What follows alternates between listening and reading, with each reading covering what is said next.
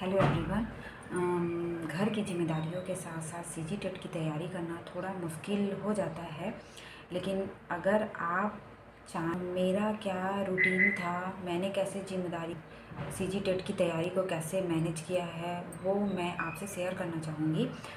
5 month मुझे 5 month हो रहा था, और जब मैं सीजी टेट का एग्ज़ाम देने गई थी तो मेरी बेटी को सिर्फ 5 मंथ हो रहा था।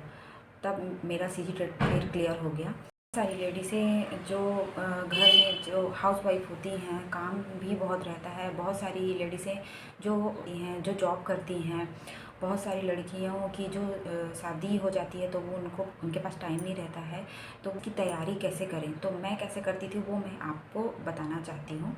तो मैं क्या करती थी, मान लीजिए मैं अगर रोज़ 5 बजे उठती हूँ तो मैं करती थी कि मैं 5 बजे ना उठ के मैं 4 बजे उठती थी। तो 4 बजे से 5 बजे मुझे 1 घंटे का टाइम मिलता था। तो बाकी टाइम जैसे शाम जो भी टॉपिक रहता था वो बहुत अच्छे से समझ आता था।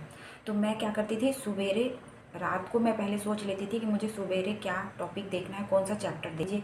मुझे हिंदी का संज्ञा सर्वनाम और विशेषण देखना है। मैं पढ़ लेती थी क्या क्या है उसमें, कितना क्या क्या है। फिर उसके बाद जब मैं काम करती थी, जैसे मैं जब खाना बना रही हूँ, साइड में मैं मोबाइल को ऑन करके उसमें एमसीक्यू सर्च मारती थी यूट्यूब में, तो आ जाता था। तो 100 50 जितना, तो बगल में एमसीक्यू चलते रहता था। इधर से मैं काम करती रहती थी, मान लीजिए सब्जी काट रही हूँ या रोटी बना रहती थी, इधर से मैं काम करती रहती थी। तो नहीं भी 50 क्वेश्चन में अगर नहीं भी याद हो रहा है तो आपको 50 के 50 नहीं समझ में आ रहे हैं, 50 क्वेश्चन तो याद होगा, 5 क्वेश्चन तो नहीं भी तो 2 को ही समझ में आएगा ही।